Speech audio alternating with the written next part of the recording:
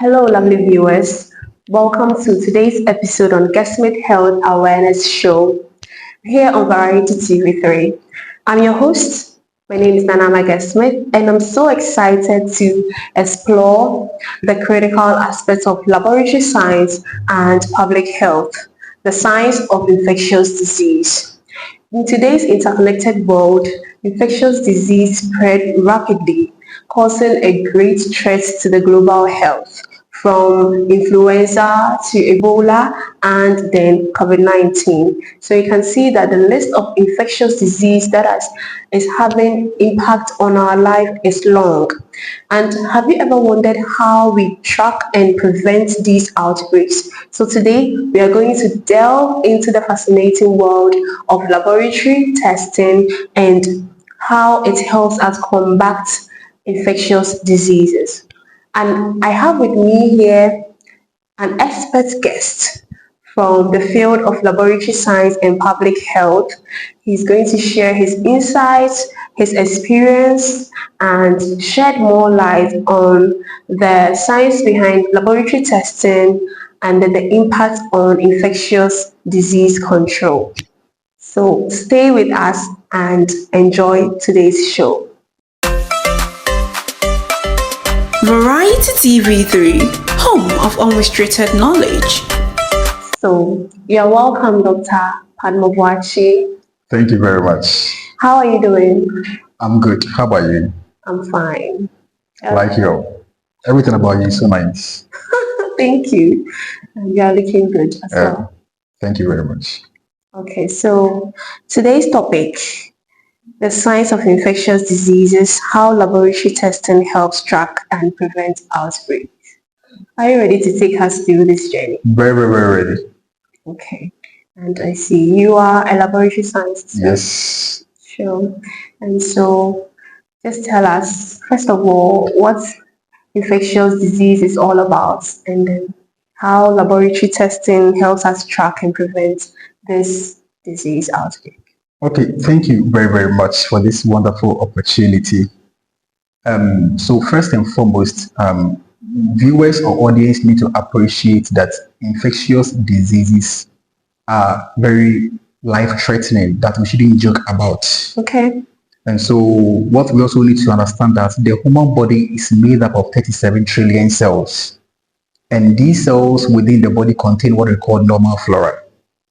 And so when you talk of normal flora contains microorganisms that help colonize our bodies.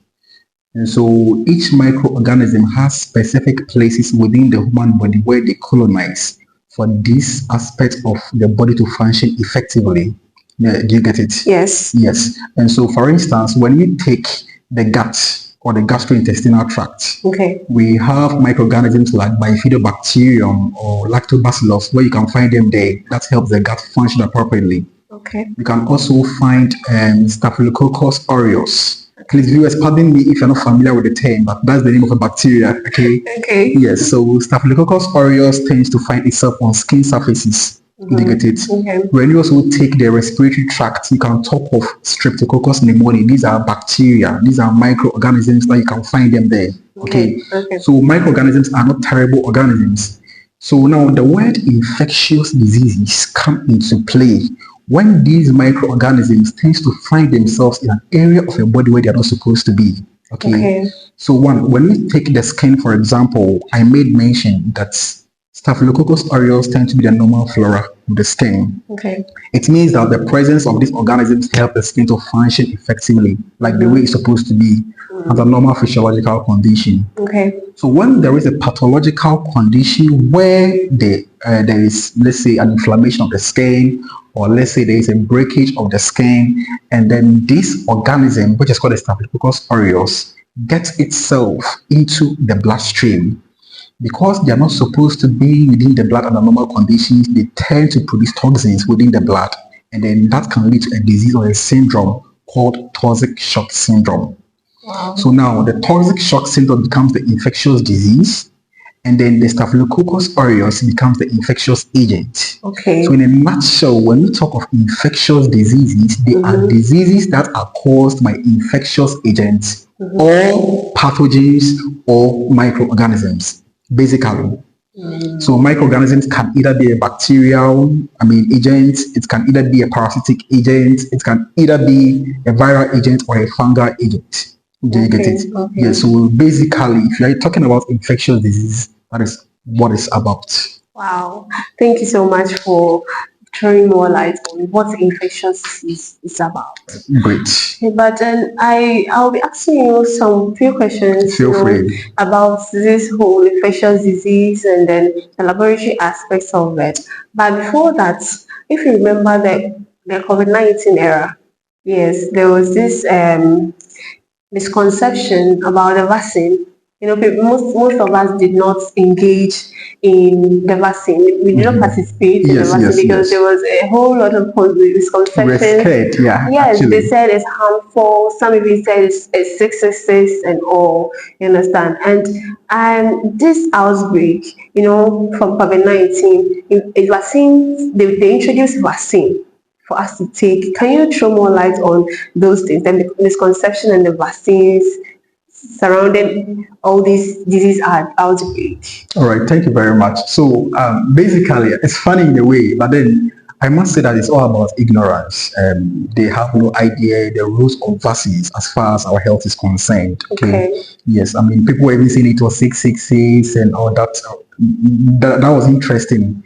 But one thing you also need to understand is that in the 19th century, polio used to be one of the deadly infectious diseases. So I don't know if you've heard of polio before. Yes. Yes. And so there was an eradication of polio in 1988. Okay. Yes. So they launched polio vaccine in 1988. And according to research, the vaccine of polio has contributed to the decrease of 99% cases of the polio virus. Okay. So you can imagine how polio was deadly way back then. And no vaccine was introduced at that point. You can imagine how polio would have affected our health and the global world, and most importantly, the global economy as well. Do you get it? Okay. Yeah, so vaccines are really, really important. And those misconceptions about that is basically because they don't have the education about what vaccine is about. But then I want to change that misconception, that ideology that vaccines are really harmful. Yes, it may not be 100% accurate. Okay. But then its benefits outweighs its risk. Nothing is perfect. Okay.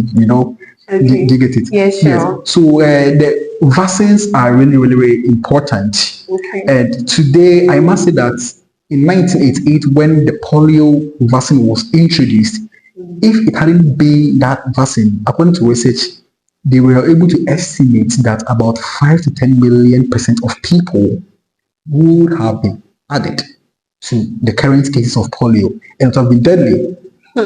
Yes, it would have been deadly. We also what happened during COVID-19 when Italy, there was a lot of death around Italy and China and others. Sure. But today we can tell for a fact that when these vaccines were introduced, there had been a decreased rate of COVID-19. And today we are functioning effectively. Okay, so please, I'll encourage the populace, the audience, you watching wherever you find yourself, that please, if we educate you on vaccines, it is for your own good. Okay, Sure. I made mention that polio was deadly. Those who couldn't take the vaccine way back, even though, yes, those who took the vaccine has protected themselves and has also protected them as well. Yes. Do you get it? Yes. Yes, so please, it's very, very important. Vaccines are really, really important as far as public health is concerned. When you take vaccines, not only are you protecting yourself, but you're also saving the economy as well. Okay. Thank you. Thank you so much. Not to fully swipe away from our main topic. That's okay. Yes, so let's get back to the infectious disease and then the laboratory aspects. Should throw more light on it for us. Yes. So now you have made us understand what infectious disease is about. Okay. So let's delve more into the laboratory aspects. Anything, new advancements, what you are doing in face the challenges and everything. Okay. All right. Thank you very, very much. So as far as the laboratory is concerned, now anything about infectious disease begins with the laboratory. Okay. Yes. So what laboratory does as far as infectious disease is concerned is that one, the laboratory is able to identify individuals or groups who are at risk of the infection by way of screening. Sure. Okay. So through screening, you're able to detect who is having the infection and who is not having the infection. Okay. Then secondly, the laboratory also plays a crucial role in confirming unsuspected cases by way of diagnosis. Okay, so for instance, when you visit your doctor at the consulting room and then per the examination of the doctor, physical examination, preliminary examination, whatever, okay, the laboratory comes in to confirm what infection you are having. Okay. So let's say you're having a skin infection, you wouldn't know whether it's a bacterial infection or a parasitic infection or whatever. The laboratory will have to confirm your infection that the doctor is suspecting. Okay. So that's what we call diagnosis. Okay. Okay. Now the laboratory also plays a crucial role by determining the outcome of a disease by what we call prognosis. Okay. And then lastly too, the laboratory is able to track the progress of a disease. They're able to determine the effectiveness of a treatment and other complications that come around, okay, by way of monitoring. Okay. Yes. So this is an overview of what roles the laboratory plays as far as infectious diseases are concerned. Now, with respect to public health too, the laboratory is able to help in the tracking of diseases and its outbreak. We all saw what happened during the COVID-19, that there was contact tracing and all that. Yes. Yeah, these were the roles of the laboratory to find out, the patterns as far as this infection or this outbreak was concerned. So we call this thing called surveillance. Okay. Yes. Now the laboratory also plays a crucial role by creation of vaccines, by manufacturing of diagnostic kits in aid of research purposes. Okay. Did you get it? Okay. And then, in fact, if time, sake of time, I have to summarize it. And one last key thing is that the laboratory also plays a crucial role in ensuring reliability of tests and its accuracy by way of what we call the quality control. So yes, the laboratory is the backbone of the health. This era of modern medicine, you can't go beyond the laboratory even before treatment begins. Do you get it? Yes. Yes. So this is the key role the laboratory plays as far as handling of infectious disease. Not only infectious disease, any other disease is concerned. Now let's also come to appreciate some of the current trends as far as infectious disease. But before that, do you have any questions? Yes, I have a concern. People engage in self-medication when they have not even gone to see the doctor. That's okay. No pass through the laboratory testing or this era of diagnosis. So some people engage in self-medication or take antibiotics to treat their infections when they have not gone through this era of diagnosis. Yes. So I want to know your take on that and the advice you have for us. Okay, all right. Thank you once again. It is a deadly thing that people do when you take self-treatment without passing through the normal process. I've made mention that for you to handle infectious disease appropriately, you need to go to the laboratory. Based on the findings of the laboratory, you'll be able to tell your problem, and based on the problem, you'll be able to tell the right treatment approach for that. Do you get it? Yes. And then also, I made mention earlier on that an infection could either be a bacterial infection or a parasitic infection or a viral infection or a fungal infection. So when you're experiencing any infection within your body, only you can tell whatever infection it is. And then you go beyond, start self-medications by taking antibiotics. You are causing yourself harm by promoting antimicrobial resistance, which is something you are yet to even handle. Okay. Yes. So antibiotics are basically for bacterial infection. Okay. So if you're having whatever infection you are having, and you don't go through laboratory to find out what infection it is, whether it's a bacterial, parasitic, you're going to take antibiotics. You're not doing yourself the justice as you're supposed to. Okay. So it is not advisable to take medications without one seeing the appropriate health professional before even the laboratory even comes in. Okay. Yes. And thank you very much, because it really happens in our life. Oh yes. Oh yeah, when we find few symptoms, we know these symptoms resemble malaria. Oh, then it's malaria. But when you visit the hospital, maybe it could be typhoid or any other thing. Yes. So it's very, very important to really do visit the hospital. Very, very important. And go through this era of diagnosis. Sure. Thank you for advising my You're welcome. on that. And so please, you can carry on with the Okay, yes. So as far as the laboratory is concerned, the laboratory has been able to find out new approaches on how infectious disease are being handled. Okay. So now the laboratory has been moved more into the molecular level. That's now PCR, what we call the polymerase chain reaction. Come again, please. Polymerase chain reaction. Okay. Yes, we have a whole lot of molecular techniques that are being used in identifying pathogens or microorganisms. Okay, so when COVID-19 came like this, for instance, when you in Ghana here, research institutions like KCCR, WICHI, and other public health laboratories were using PCR to identify the organism. And we can see that yes, now laboratory is really advancing, technology is advancing. Okay, yes.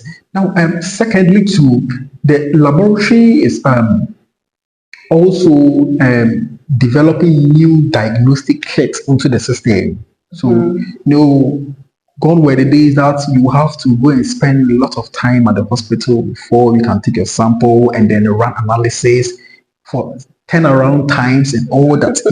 It's really stressing and sometimes disgusting in a way.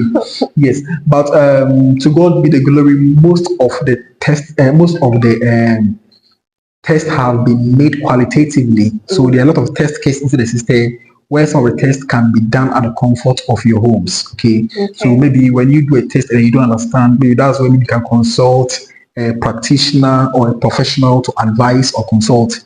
If it needs for you to undergo quantitative test, that is where you be advised to go walk into the hospital and they will take your sample for deep analysis. Okay. Do you get it? Yes. Yes. And then also we also have what we call the genomics. Okay. So for disease patterns and all that, the laboratory has what we call genomics to track the patterns of diseases. Okay. If you're able to track disease patterns, you're able to find the dimensions of how to solve the disease problems as well. Okay. Do you get it? Yes. In fact, there are a lot of things put in place to ensure that infectious diseases are being handled appropriately. Now, technology has made it so easier that maybe sample taking, when you go to developed countries, for example, in sample taking, you have automated machines for sample taking. Wow. It has become so easier, for sample taking to be taken with ease. A lot of automated analyzers being introduced into the system, which can aid in the efficiency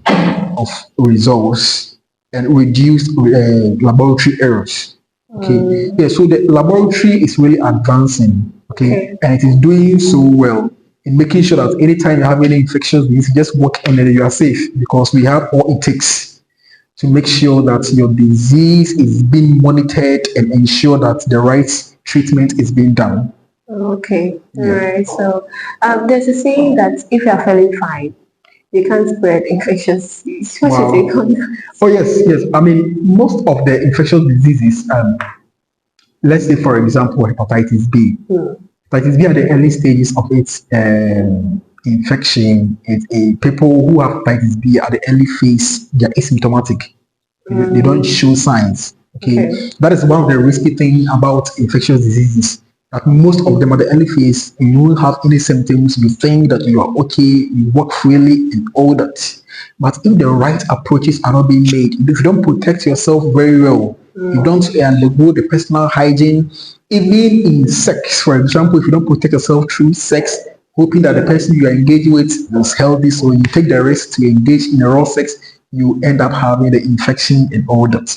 Do you get it? Yes. So what I must say is that the fact that somebody is healthy doesn't mean the fact that somebody looks healthy, that's the right way to use. The impression looks so nice doesn't mean the person is okay. If you take the laboratory to tell the fate of the person, whether the person is fine or not. Yes. So please, no one is safe until the laboratory comes in. Basically, that's what I can say. Yes. Thank you. You can look healthy, but then by the findings of the laboratory, be able to tell whether you're healthy or not. Okay. Thank you so much. Kindly wrap up for us. Okay. So infectious diseases are life-threatening conditions that we shouldn't joke with it. Okay. And before you be able to diagnose of an infection, you need to go to the laboratory process. based on the findings of the laboratory, you'll be able to tell whether you are healthy or not. And based on your state, you'll be able to tell which therapeutic approach can be used for you. So it's very important that anytime you have any skin infection, walk to the hospital, get yourself tested, and you'll be fine. Okay. And then also I will advise that let's practice personal hygiene. It's very important. Most of us we eat without firstly washing our hands. It has become a norm. Okay. Yes. And that is really bad. We need to work really on that. Okay. Then also to unprotected sex has been the norm, and people don't find it risky. But if you are to tell you the number of cases we have found at the laboratory from people who are having HIV, HIV, AIDS, hepatitis, and it is really disgusting. And the only way we can control that is to start or prioritize protecting ourselves, safe sex.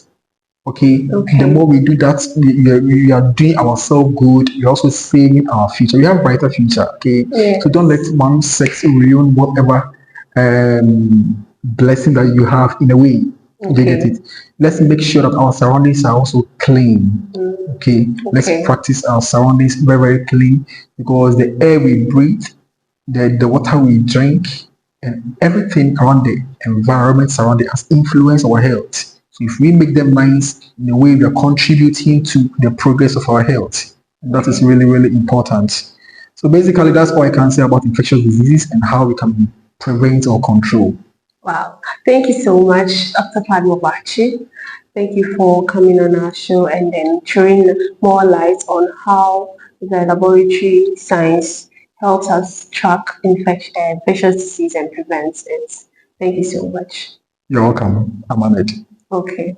So viewers, now you know the impact of laboratory science, how it helps us track and prevent infectious disease. You've heard so much and at the advices at the end, especially the personal hygiene. Please let us keep on practicing personal hygiene and let us not engage in self-medication. If you're not feeling fine, visit the doctor and go through the diagnosis, the step-by-step laboratory, everything, and make sure you confirm what is wrong with you before you take in medication. And let us also practice safe sex because it's the root of many, many causes on our health today. Thank you for joining us on the Smith Health Awareness Show and see you next time. Don't forget to subscribe, like, and share. Thanks for watching. Bye.